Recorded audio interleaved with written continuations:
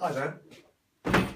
You know about this, it's a Festool CTL SYS. It's the new extractor built into a T-lock sustainer from Festool. There's a ton of YouTube videos about it if you do a quick search for them. This isn't a review, but I've had this for a few weeks now and I've been using it in anger.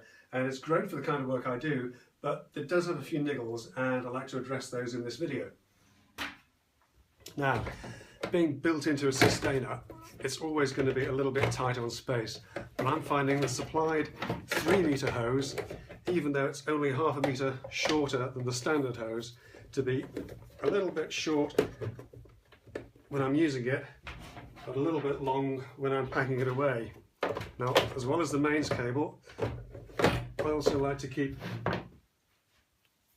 a plug-it cord in with each vacuum, and right now there really isn't space for that.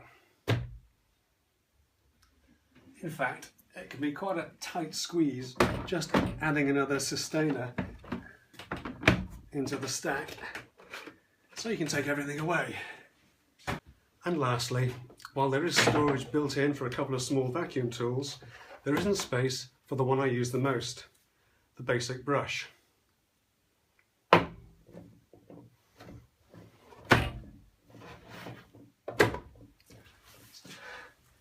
So what can you do about it? Well, maybe by using a slightly thinner hose, you'd have more space for the extras and maybe even for a longer hose as well. Now, Festool used to supply a 22mm hose with the CTL Mini, and it's still available as a spare, but it costs the best part of 80 quid. That's about $120 or 105 euros. Or put it another way, about a third as much again as I paid for this whole package. Here's the thing though, I also have a Mirka hand sanding kit. A lot of guys have these, and that comes with a 4-metre, that's incidentally the same length as a plug-it cord, a 4-metre 22mm hose, when I can get it off, which is also available as a spare part for about £12. Now, call me cheap, but that's a bit more like it for a piece of plastic. Now, to connect the Mirka hose to the vacuum, we don't have a great deal of choice.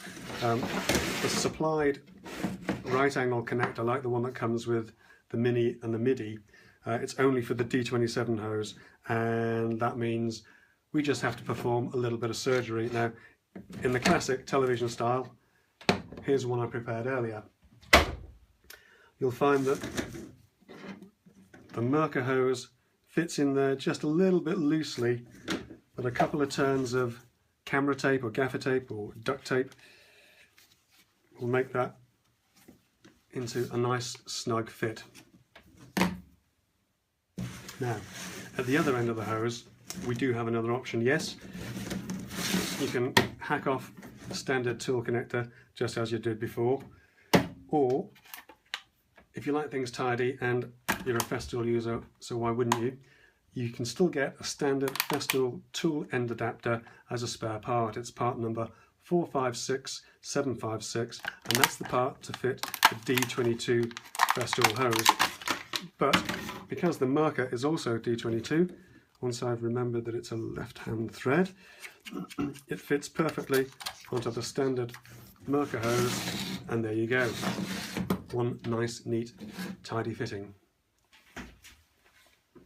So with the connections made, there's space for a brush and the mains cable. The hose, even though it's a metre longer than it was before,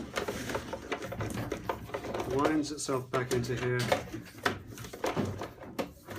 without any real problem.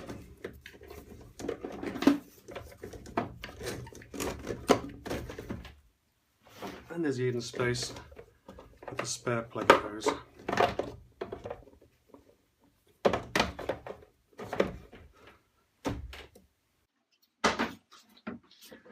Makes it easy to pack up and carry away. And there you have it. Now, this might not be for everyone, I appreciate that, but it works well for me, and it's a quick, easy, cheap hack to make. Anyway, I hope you found this video useful.